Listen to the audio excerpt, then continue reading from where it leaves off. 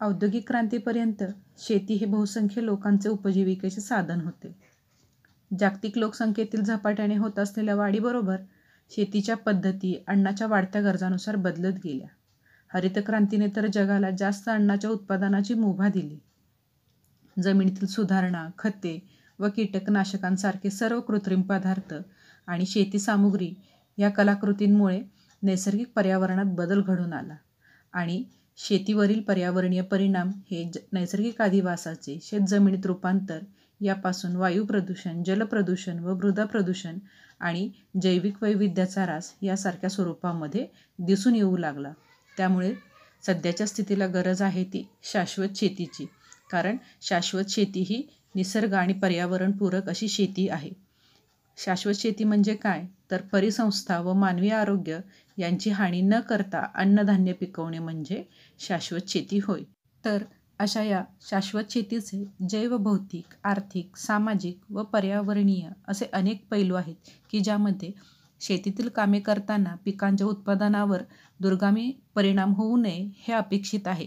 त्याचप्रमाणे जी जैविक खते व जैविक कीटकनाशके शेतीमध्ये वापरली जातात त्यांचे योग्य व्यवस्थापन करणे या ठिकाणी अपेक्षित आहे आणि नैसर्गिक संसाधने जसे की पाणी, जमीन यांचासुद्धा काळजीपूर्वक वापर हा शाश्वत शेतीमध्ये अपेक्षित आहे. आणि जर शाश्वत शेतीकडे जायचे ध्येय असेल तर रासायनिक शेतीकडून सेंद्रिय शेतीकडे हळूहळू आपल्याला वळावे लागेल.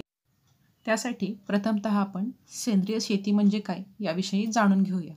तर सेंद्रिय शेती ही एक प्रणाली आहे की ज्याच्यामध्ये रासायनिक खते, कीटकनाशके व अतिपोषक पशुखाद्य इत्यादी पदार्थ वापरले जात नाही आणि सेंद्रिय शेतीमध्ये आधुनिक ज्ञान व पारंपरिक पद्धती जसे की पीक बदल, मिश्र पीक, मिश्र शेती, हरित खते, जैविक खते, जैविक कीटकनाशके इत्यादींचा वापर केला जातो. लोकसंख्येच्या वाढत्या गरजा भागवत असताना कृषी उत्पादनही वाढवणे आवश्यक होऊ लागले आणि कृषी उत्पादन वाढवण्यासाठी कृषी रसायनांचा वापरही वाढता होऊ लागला की ज्यामुळे त्याचे पर्यावरणाला गंभीर परिणाम या ठिकाणी भोगावे लागत आहे. त्यामुळेच शाश्वत शेतीमध्ये सेंद्रिय शेती ही पद्धती अवलंबली गेली आणि सेंद्रिय शेती ही पारंपरिक शेती पद्धती आहे की ती आपण कोणत्या तत्वांवरती अवलंबून आहे याविषयी जाणून घेऊया. शेतीमध्ये निसर्गाला आदर्शस्थानी मानलेलं आहे, कारण निसर्गात जसं जरुरीपुरतेच नैसर्गिक स्रोत वापरले जातात तसंच सेंद्रिय शेतीमध्ये सुद्धा अपेक्षित आहे. त्याचप्रमाणे मृदा ही जिवंत प्रणाली आहे, त्यामुळे तिच्यात रसायने टाकू नयेत ही माफक अपेक्षा सेंद्रिय शेतीमध्ये आहे.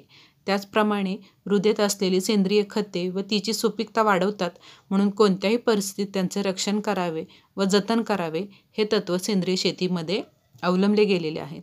आज आपण सेंद्रिय शेतीची जी मूलतत्वे आहेत त्यांच्याविषयी सविस्तरपणे जाणून घेऊयात की ती मूलतत्व म्हणजे पीक पद्धती, जैविक खते, जैविक कीटनाशके आणि एकात्मिक कीड व्यवस्थापन. तर त्यामधील पहिले जे आहे पीक पद्धती याविषयी आपण सविस्तरपणे जाणून घेऊया. तर पीक पद्धतीमध्ये मिश्र शेती, मिश्र पिके आणि पीक फेरबदल यांचा समावेश होत असतो. तर त्यातील पहिला आहे मिश्र शेती की ज्यामध्ये शेतात घेतले जाणाऱ्या पिकांसोबतच गुरे, कोंबड्या, मासे आणि इतर पशुपक्ष्यांची पैदास करणे म्हणजे मिश्र शेती होय. आणि याचे फायदे देखील आहेत. ते म्हणजे वेगवेगळ्या ऋतूंमध्ये देखील हमखास उत्पन्न मिळण्याची शक्यता असते किंवा नैसर्गिक आपत्कालीन स्थितीमध्ये सुद्धा उत्पन्न चांगल्या तऱ्हेने मिळू शकते. त्याचप्रमाणे शेतीमध्ये जी संसाधने वापरली जातात त्यांचा देखील चांगल्या तऱ्हेने वापर होतो आणि किडींवर, तणांवर व रोगांवर देखील चांगल्या प्रकारे नियंत्रण मिळवता येते. आणि ही जी मिश्र शेतीची पद्धत आहे ती छोट्या शेतकऱ्यांसाठी फार लाभदायक अशी आहे. पीक पद्धतीतील मिश्र शेतीनंतर पुढील प्रकार आहे तो म्हणजे मिक्स्ड क्रॉपिंग म्हणजेच मिश्र पिके की यामध्ये विविध पिके जी आहेत ती एकाच शेतात घेतली जातात आणि ही पिके जी आहेत मिश्र पिके एकमेकांना फार फायदेशीर ठरतात. यामध्ये उदाहरण जर पाहायचं झालं तर त्यामध्ये कापसाच्या पिकामध्ये तूर पेरतात आणि ह्या तूर पिकामुळे काय होतं तर हवेतील नत्र मातीत स्थिर केला जातो व तो दोन्ही पिकांना वापरता येतो आणि त्याद्वारे दोन्ही पिकांची वाढ ही जोमाने होऊन पीक उत्पादन चांगले मिळते. तर असे हे मिश्र पीक पद्धतीचे अजून कोणते फायदे आहेत याविषयी आपण जाणून घेऊया. यामध्ये पीक पूर्णपणे हातातून जाण्याचा धोका जो असतो तो कमी होतो. त्याच पद्धतीनं कीड व रोगांवर नियंत्रण मिळून तणाचे देखील नियंत्रण होते आणि मातीची धूप होण्यापासून संरक्षण होऊन मातीची सुपीकता वाढते.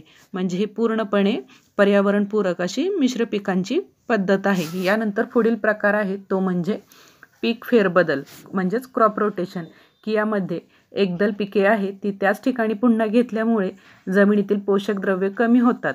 म्हणून पीक फेरबदल पद्धतीत विविध पिके ही एकाच ठिकाणी घेतली जातात आणि त्याचे फायदे काय आहेत याविषयी आपण माहिती घेऊया. की यामध्ये पोषक द्रव्यांचा समतोल जो आहे तो साधला जाऊन मातीची रचना आणि सुपीकता वाढते. त्याचबरोबर इतर खते जी आवश्यक असतात त्यांची गरजसुद्धा या ठिकाणी कमी होऊन किडीची वाढ कमी होते आणि जमिनीतून सतत उत्पादन घेता येते. हे पीक फेरबदलाचे फायदे आहेत. यानंतर पुढील मुद्दा आहे तो म्हणजे जैविक खते, की त्यालाच आपण बायो फर्टिलायझर असं म्हणतो. की जैविक खते म्हणजे काय तर थोडक्यात जैविक घटकच, की ज्याच्यामुळे मातीतील पोषकता वाढते आणि त्यामध्ये रसायनांच्या ऐवजी सूक्ष्मजीवाणूंचा वापर करून मातीतील पोषक द्रव्ये वाढवली जातात. तर अशा या जैविक खतामुळे प्रदूषण तर अजिबातच होत नाही आणि ती पर्यावरणपूरक देखील असतात. मग ह्या जैविक खतांचे फायदे कोणते आहेत याविषयी माहिती घेऊया. तर या जैविक खतांमुळे जमिनीचा जो आहे तो पोत सुधारून पिकांचे उत्पादन देखील वाढते आणि ही जी जैविक खते असतात ती रोगकारक जंतूंना की जे पिकांवरती पडत असतात त्यांना अजिबात वाढू देत नाहीत आणि ही कमी किमतीची आणि पर्यावरणपूरक देखील असल्यामुळे पर्यावरणाचे प्रदूषण होत नाही. तर ह्या जैविक खतामध्ये कोणत्या जीवाणूंचा वापर होतो याविषयी आपण माहिती घेऊया. तर त्यामध्ये रायझोबियम, ॲझॅटोबॅक्टर, ॲझोस्पॅरिलियम, फॉस्फेट, विरघळणारे जीवाणू, मायकोरायझा ही सर्व जैविक खते जी आहेत ती बाजारामध्ये उपलब्ध आहेत की ज्यांचा आपल्याला शेतीसाठी वापर करता येऊ शकतो.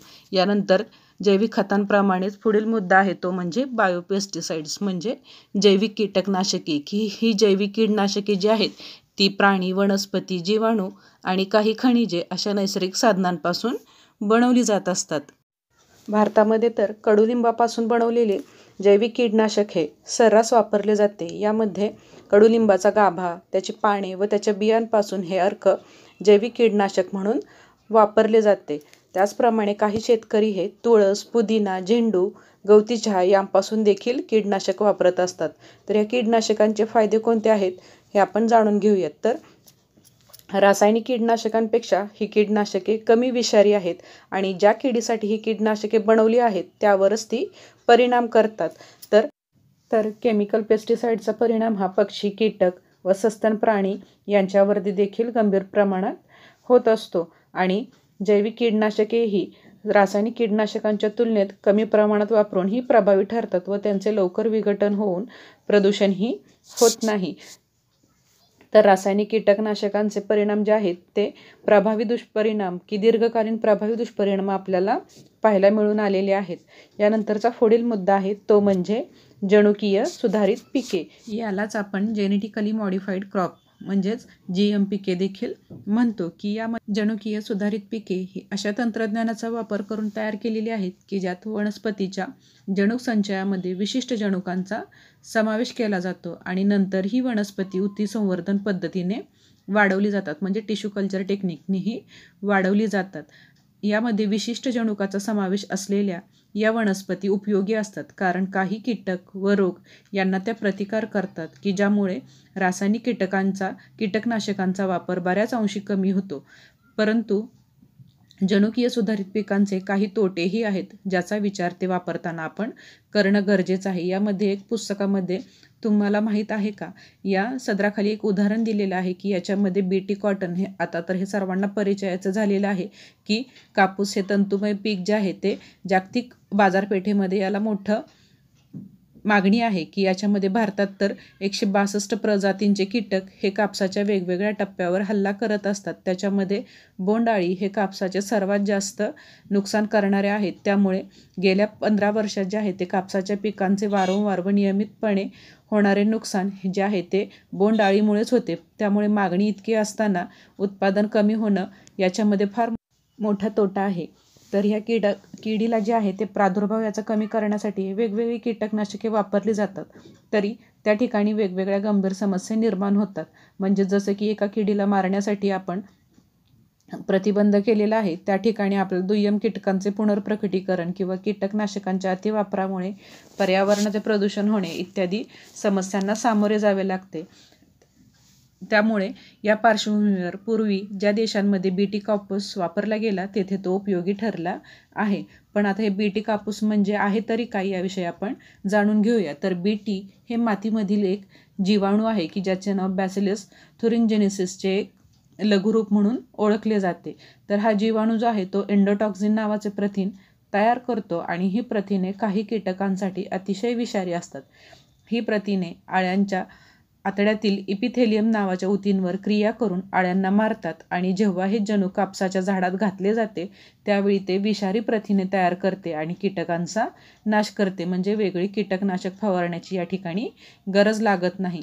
आणि याचा महत्त्वाचा फायदा असा की त्यामुळे कापूस उत्पादकांना बोंडअळीचे व्यवस्थापन करण्यासाठी नवीन साधन मिळून त्याच्यामध्ये त्यांना अनेक फायदे थेट स्वरूपात झालेले दिसून येत आहेत की जसं कीटकनाशकांचा कमी वापर, सुधारित पीक व्यवस्थापन, वाढलेले उत्पन्न आणि नफा आणि किडीचा प्रादुर्भाव आलेल्या भागात कापूस लावण्याची संधी, एवढ्या सगळ्या गोष्टी ह्या बीटी कापसाच्या लागवडीमुळे घडून आलेल्या आहेत की त्यामुळे कापसाचे उत्पादन हे खूप वाढलेले आहे.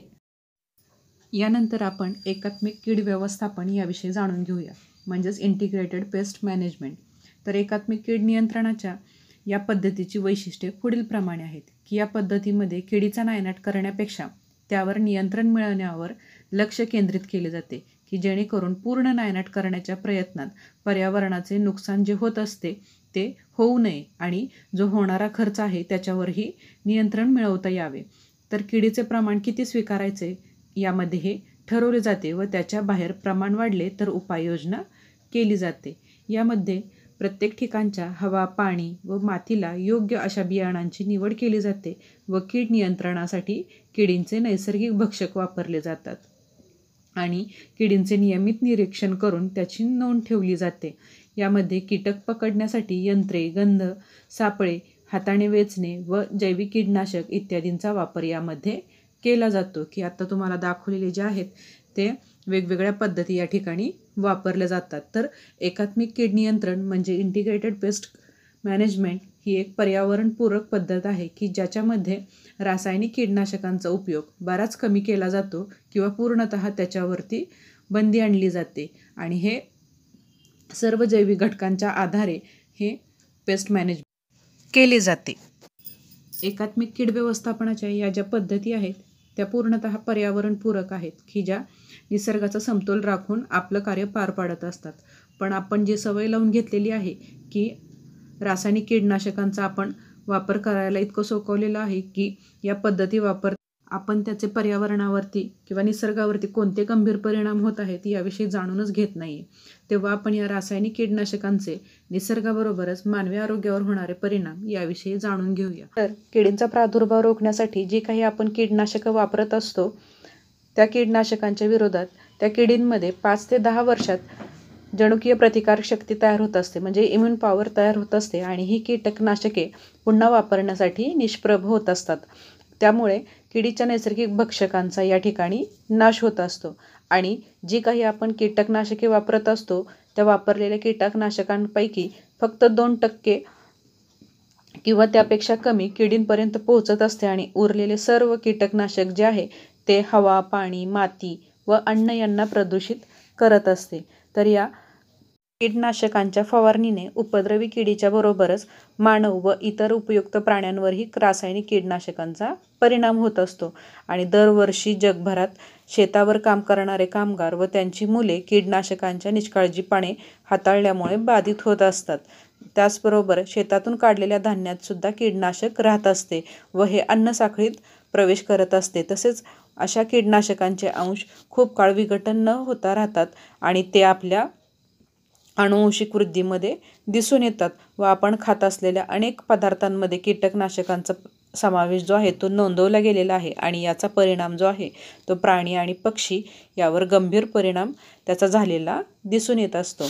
त्याचबरोबर तुम्हाला हे माहीत आहे का की रासायनिक कीडीच्या विरोधात कीटनाशकांच्या विरोधात 2016 मध्ये सिक्कीम हे सेंद्रिय शेती करणारे भारतातील पहिले राज्य बनले आहे आणि आज तेथील सर्व शेती रासायनिक खते व कीडनाशकांच्या शिवाय केली जाते. त्यामुळे ही शेती पर्यावरणपूरक व निरोगी धान्य पिकवणारी आहे.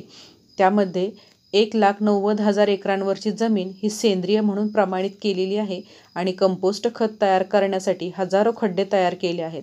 यामध्ये सक्षमीकरणासाठी सेंद्रिय शेतीचे प्रशिक्षण अनिवार्य करण्यात आलेले आहे. त्यामुळे धान्य उत्पादन व निर्यात यांच्यामध्ये वाढ होत आहे आणि जैवविविधतेत देखील वाढ झालेली दिसून आल्यामुळे या ठिकाणी पर्यटनसुद्धा वाढलेले आहे. तर विद्यार्थी मित्रांनो, शाश्वत शेतीमध्ये आपण ह्या गोष्टी आज पाहिल्या की त्याच्यामध्ये पीक पद्धती, जनुकीय सुधारित पिके किंवा जैविक कीडनाशके, त्याचबरोबर एकात्मिक कीड व्यवस्थापन याविषयी सविस्तर माहिती घेतली. तर त्यातीलच एक मुद्दा आहे तो म्हणजे जलव्यवस्थापन. तो आपण पुढील लेक्चरमध्ये अभ्यासणार आहोत. धन्यवाद.